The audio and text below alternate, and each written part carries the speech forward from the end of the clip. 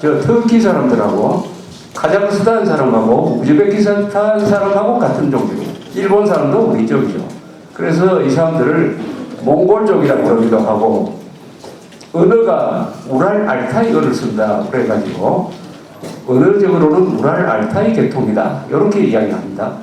중국의 한족과 우리의 한민족은 인종적으로 완전히 다릅니다. 우리하고 같은 종족은 지금 몽고 사람, 우즈베키스탄, 카자흐스탄, 그 다음에 저 터키 사람, 일본 사람, 한국 사람, 그 다음에 동남아시아에서는 베트남 사람, 이런 사람들이 몽골족으로 볼 수가 있는데, 하여튼 이 몽골족 유목민족의 특징은 금을 좋아하는 것이고, 그러다 보니까 김치가 많아요. 제가 터키에 갔습니다. 터키에 가서 명함을 받아보니까 이름이 알튼이라고 되는 게 뭐야?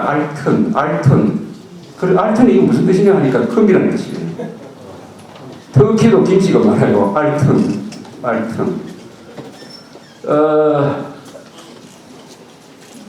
일본 천황가는 성이 없어요. 일본 사람들은 성이 있지만 천황은 성이 없습니다.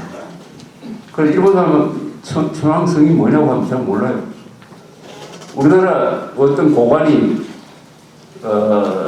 옛날 자강 시절에 일본 천황 집안 어떤 분하고 아주 친해져가지고 술을 먹었더니 술자리에서 이분이 이렇게 이야기하더랍니다. 천황 집안이 하는데 사실은 우리가 김의 김씨라고 그래요. 김의 김씨라고. 저는 그게 맞다고 봅니다. 일본의 천황가는 성은 김의 김씨일 가능성이 많습니다. 즉 가야 사람들이 일본으로 제일 먼저 건너갔어요. 그래서 큐슈에서 힘을 길렀습니다. 지금 하카다 후쿠오카에서. 그 다음에 세토나이카이를 건너가지고 지금 긴키 지방, 즉 교토, 오사카, 나라, 여기서 야마토라는 고대 국가를 만들게 되죠. 그래서 천황가를 엽니다. 그 다음에 이 사람들은 누구하고 친했냐? 백제하고 친해져요. 백제에서 아주 머리 좋은 사람들을 모시고 가가지고 관료로 씁니다. 그러니까 백제하고 가야하고 왜가 아주 친해집니다. 그래서 지금도 천황가의 제사 지내는 거, 요게 가야 시절의 제사법하고 똑같다 그래요. 그리고 하나 희한한 게 일제시대 때 총독부가 1915년에 총독부령으로 반포한 게 있어요. 김의 김씨는 족보를 만들지 말라 이렇게 되어 있습니다. 왜 김의 김씨 보고 족보를 만들지 말라고 했을까? 자기 집안이 들통나는 걸 감추기 위한 것이 아니겠느냐, 뭐 이런 생각도. 청나라 마지막 황제 이름 아십니까? 부이죠. 부이. 이 사람이 나중에 만주국으로 납치돼 가다시피 해가지고 거기서 만주국 황제를 하다가 망했습니다. 그래서 잡아가지고 이 사람을 평민으로 만들었어요. 평민으로. 부위는 평민으로 가면서 중국의 황제도 성이 없습니다. 그러나 평민으로 돌아갔기 때문에 성을 하나 가져야 될 거 아닙니까? 부위가 무슨 성을 가지느냐? 자기 성으로 돌아갔어요. 자기 성이 뭐냐? 김씨입니다. 김씨. 청나라 황제는 전부 다 김씨입니다. 김씨. 누르하치가 성이 김씨입니다. 누르하치가 우리나라 쳐들어오기 전에 청나라 시절에 그 전에 나라 이름이 뭡니까? 후금이죠. 후금. 금나라의 후손이다. 그럼 최초의 금나라는 누가 만들었느냐? 고려시대죠. 금나라, 요나라 이럴 때 그 금나라를 만든 사람은 김한보라는 신라에서 온 유민이었어요. 이 사람이 만든 부족이 나중에 커져가지고 금나라를 만들었어요. 그 금이 중국의 북쪽을 차지했습니다. 그러다가 결국 몽고한테 망하게 되죠. 그 정신을 이어받아서 다시 우리가 임진왜란 날 무렵에 만주에서 누르하치라는 사람이 등장해가지고 만든 게 후금입니다.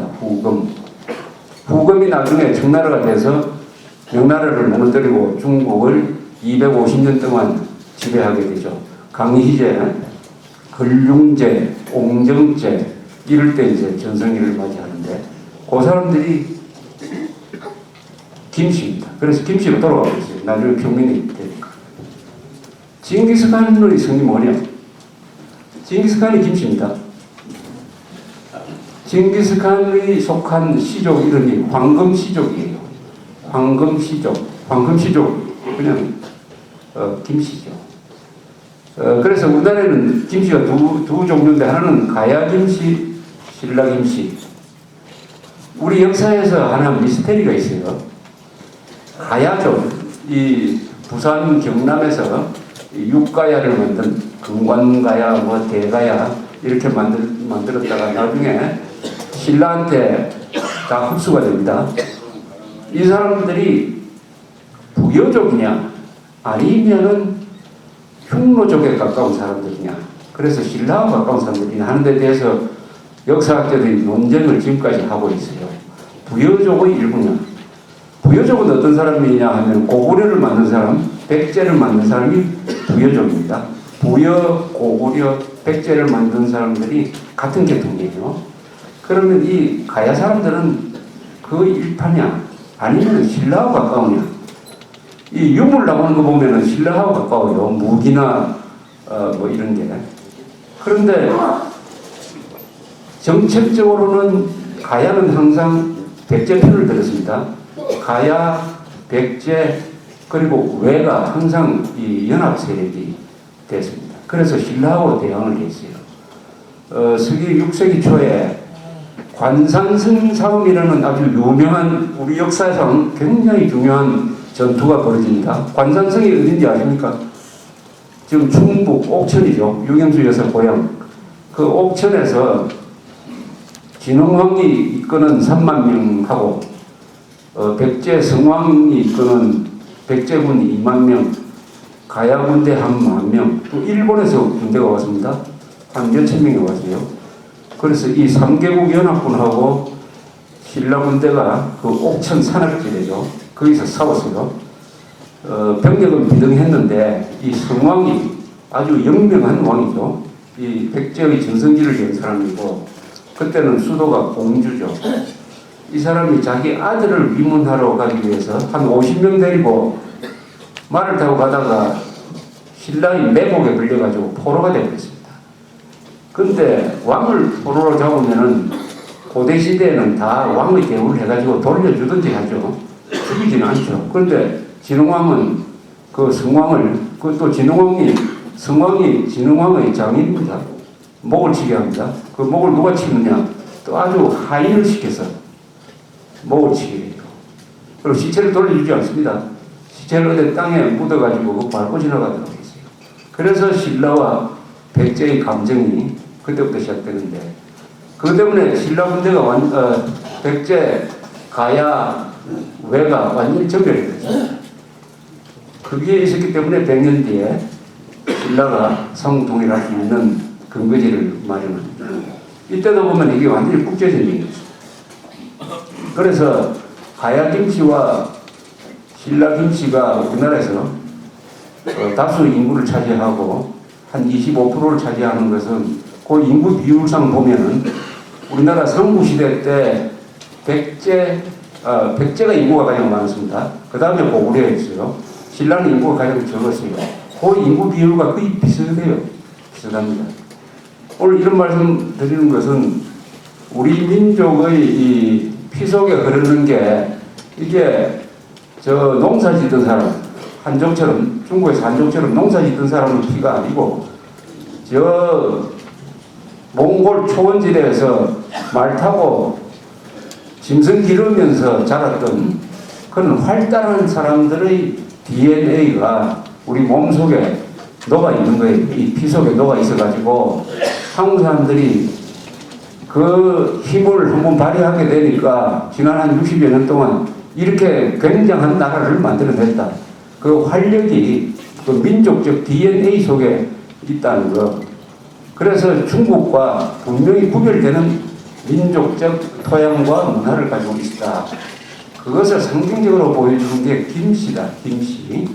가장 한국적인 성씨가 김씨고, 어떻게 보면은 김씨가 이 동아시아의 북방 초원지대의 동아시아의 주인공입니다. 저 일본에서 한국을 거쳐서 몽골을 지나가지고 중앙아시아를 건너가지고 터키까지 이르는 이 거대한 스텝 지역이라고 그러죠. 초원지대의 주인공이 김씨였다 하는 그런 이야기를 드리는 이유는 오늘날 한국 사람들의 이 넘치는 에너지를 이해를 하기 위해서는 그런 우리 민족적 배경이라든지 역사적 배경과 다 있다는 뜻이죠. 그러나 우리가 원래 활달한 민족이었지만은 조선조가 들어오면서 이 주자학의 틀 안에 갇혔어요. 주자학이라는 것은 예를 앞세워가지고 예절, 격식 이런 걸 앞세워가지고 사람을 딱 묶는 것입니다. 사람을 딱 묶는 거예요. 그러면 사람은 굉장히 온순해져요. 말을 잘 듣게. 조선조 몇 년 동안 반란이 있었습니까? 조선조 500몇 년 동안 민중들이 일으킨 반란은 뭐 홍경래 난 정도 끝되지 않습니다. 바로 주저하기 그 사람을 순종스럽게 만든다. 그 대신에 사람들이 가지고 있는 그 야성을 떼버려요. 야성이라는 것은 뭐냐? 장사하고 전쟁하고 해외 나가고 하는 게 인간의 야성입니다. 주저하기 지배적인 이데올로기가 되면은 그 야성이 빠져버려요. 야성이 빠지면 어떤 나라가 되느냐? 굉장히 문약한 나라가 되고 농사만 짓게 되고 이렇게 됩니다. 조선조가 그렇게 됩니다. 그래서 한국 사람들이 야성이 한 500몇 년 동안 딱 눌려 있었어요.